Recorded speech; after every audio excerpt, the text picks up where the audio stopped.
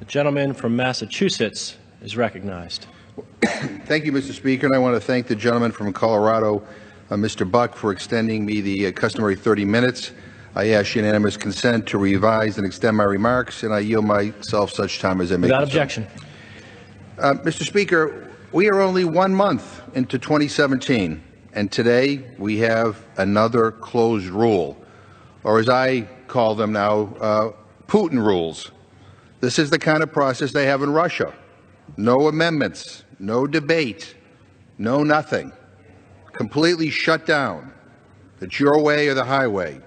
This is not the way the United States House of Representatives, the greatest deliberative body in the world, should be run. This is shameful. I have very serious concerns about the road that we are traveling down, Mr. Speaker. The 115th Congress is, only a few weeks old, and we have already ushered in a process that is alarmingly restrictive. Sadly, it has become routine in this Republican House for the majority to close down the process, rush bills through the House without regular order, enforce the rules for Democrats but not for Republicans, and insist on spending all of our time on partisan legislation instead of working together to find bipartisan compromises and solutions to the real problems facing American families and workers.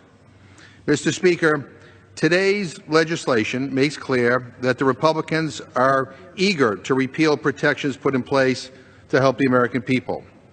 We should be working to expand opportunity for hardworking families and strengthen safeguards that put the American people first, not corporations and wealthy CEOs and big donors and special interests, but the people ought to come first. Today is another sad day. We are engaged in what I would call mindless legislating. While my Republican friends say they want to repeal needless regulation, something that we all want to do, the process my Republican friends have embraced, to put it gently, is reckless. No matter what you think of a particular regulation or rule, or in many cases they are protections, no matter what you may think of a particular regulation, there is no denying that these rules that my Republican friends are bringing to the floor to repeal went through a vigorous process that took months and months and even years to complete. They went through agency review. They went through a lengthy comment period. Oftentimes, thousands, if not tens of thousands of people weighed in on the pros and cons of a particular idea. But the idea that we would just erase them with the blink of an eye, no hearings, no markups, nothing, it's a mindless way to legislate and a disturbing way to govern. The act first and think later approach was on full display with President Trump's Muslim ban. It was so hastily enacted that his own Secretary of Homeland Security didn't even know that the president was signing the executive order until he saw it on cable news. The Trump White House did such a poor job of briefing the federal agencies charged with enforcing the policy that airports across the country were caught completely off guard, and there was widespread confusion and chaos about how to carry it out. That's what happens when you don't embrace a process that is thoughtful. You get confusion and you get chaos, and you usually get bad policy. The mindless approach to governing by Republicans continued this week. On Monday, President Trump announced that for every new regulation passed, 2 regulations must be repealed. That's it. No details on what kind of regulations would be repealed or why they would be repealed. This is a blind, shotgun, and arbitrary approach to our nation's laws. We shouldn't be dumbing down the way we govern. The American people deserve better from their leaders in Congress, and I think they deserve better from their leaders in the White House. Now, when this legislation came before the Rules Committee the other night, there were plenty of questions. Hearing went on for a long time. Lots of the questions came from my Republican friends. And I will tell you that the chairman's answers were not always that enlightening. I think, maybe some more hearings would have helped. But in response to some of these objections, namely, did the bill undergo any review by a committee, one of my Republican friends, and it may have been the gentleman from Colorado, said, we don't have time. We don't have time for hearings. We have so many regulations that we want to repeal. Don't have the time for a hearing? Don't have the time to understand what we're doing? I thought that was part of our job, that we were supposed to deliberate. We were supposed to read the bill. We were supposed to understand the impacts of the actions that we may or may not take in this Congress. That's our job. The American people have given us the responsibility to take the time to do our job right and to carefully consider the laws we pass.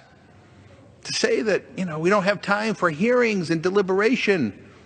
Never mind, we don't have time to allow an open process where people might want to offer amendments is ridiculous. It's shameful. And I will tell you, to my Republican friends, stand up to your leadership on this. This is not the way this House should be run. So, as we consider the repeal of the Nix rule, we should remember that Congress has failed to take any meaningful action on gun violence at all. I mean, we have massacres on a regular basis in this country. All we do is we have a moment of silence. That's our response. We have a high rate of suicides in this country due to gun violence, and it's something we ought to talk about. And I think that the Nix rule is a common sense, responsible gun safety measure that could potentially save the lives of thousands of people in this country. And I think Congress has a responsibility to keep our families safe, not remove safeguards that help prevent gun violence. Far too many have lost their lives to preventable gun violence.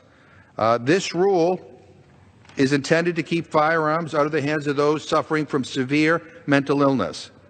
That's a common sense idea that I think all should agree on.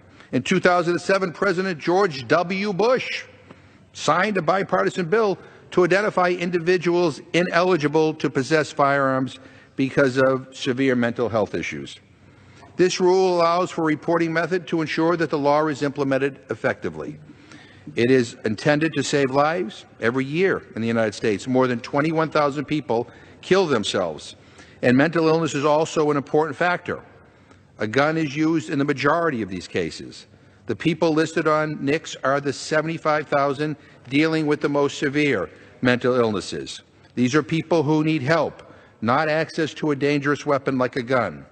And I think this rule is a critical step, but we must close the online gun show loopholes to ensure, and we must ensure universal background checks. And I think we ought to bring to the floor a bill that says that if the FBI and our security agencies have put you on a terrorist watch list and think that you are too dangerous to fly on an airplane, then you ought not to be able to go out and buy a gun. But under the way this House is run, we can't even bring those things to the floor for a debate. The Republican leadership and the Republican Rules Committee blocks it so that there can't be real deliberation on the House floor. When people ask me all the time, why can't you have a debate on this, or why can't you have a vote on it, I have to explain that the House Rules Committee, run by 9 Republicans, say no to everything, say no to every idea that they don't absolutely embrace. And that's not the way Congress should be run. Mr. Speaker, even if you disagree with me on the value of this rule, I think it's an important enough issue that there ought to have been a hearing. There ought to have been that opportunity to deliberate and to talk about it and what the impacts are. But no, nothing. We don't have the time. So here we are. Mr. Speaker, the other bill before us is a naked attempt by Republicans to undo anti-corruption rules. The rule that they're so upset about would require energy companies on the U.S. Stock Exchange to disclose payments they make to foreign governments for access to their natural resources. Now, there's reasons for this. It's important that there be transparency. We heard all about the plans to drain the swamp, but President Trump and the Republicans are doing all they can to turn the swamp into a cesspool, putting aside all of his conflicts of interest that I think are on a collision course with corruption. I mean, repealing things like this are just a bad idea. Republicans in Congress are trying to roll back regulations like this one that are aimed at increasing transparency and fighting corruption. Now, ExxonMobil heavily lobbied against this rule, And now, with former ExxonMobil CEO Rex Tillerson on the cusp of becoming our country's new Secretary of State, Republicans are proposing to kill this anti-corruption rule that benefits big oil. That's reckless and that is irresponsible. You know, when this rule was enacted as part of the Dodd-Frank bill in 2010, the big oil lobby strongly fought against it in court. But Congress fought back to assert America's traditional role as a global leader in fighting corruption. American leadership delivered results. The European Union promptly moved to enact nearly identical legislation, as did Canada, with support of its global mining companies. But now big oil is back, seeking repeal of the rule so their payments can be kept secret from the American people. They claim they will be at a competitive disadvantage to foreigners, or they'll have to reveal commercially sensitive information. But with Europe and Canada in the same disclosure system, the playing field is now level, and the companies already filing have suffered no commercial harm, nor revealed vital secrets. The fact is, this won't cost a single American job, and the only thing oil companies will need to do differently is report their numbers. Now, aside from big oil, those most eager to repeal this rule are autocrats in places like Russia, Iran, and Venezuela, with oil wells, gas fields, or copper mines, who want to keep the money secret from their citizens. Why should we do their bidding? You know, why should we be in league with them? Now, on top of that, this rule is our most affordable and effective way to fight corruption abroad. We cannot afford to betray our own principles and severely undercut our allies in Europe and Canada. It would cost countless lives over the long run and endanger our security. We need to put American interests first, ahead of the special interests, ahead of the corporate interests, and retain this important rule.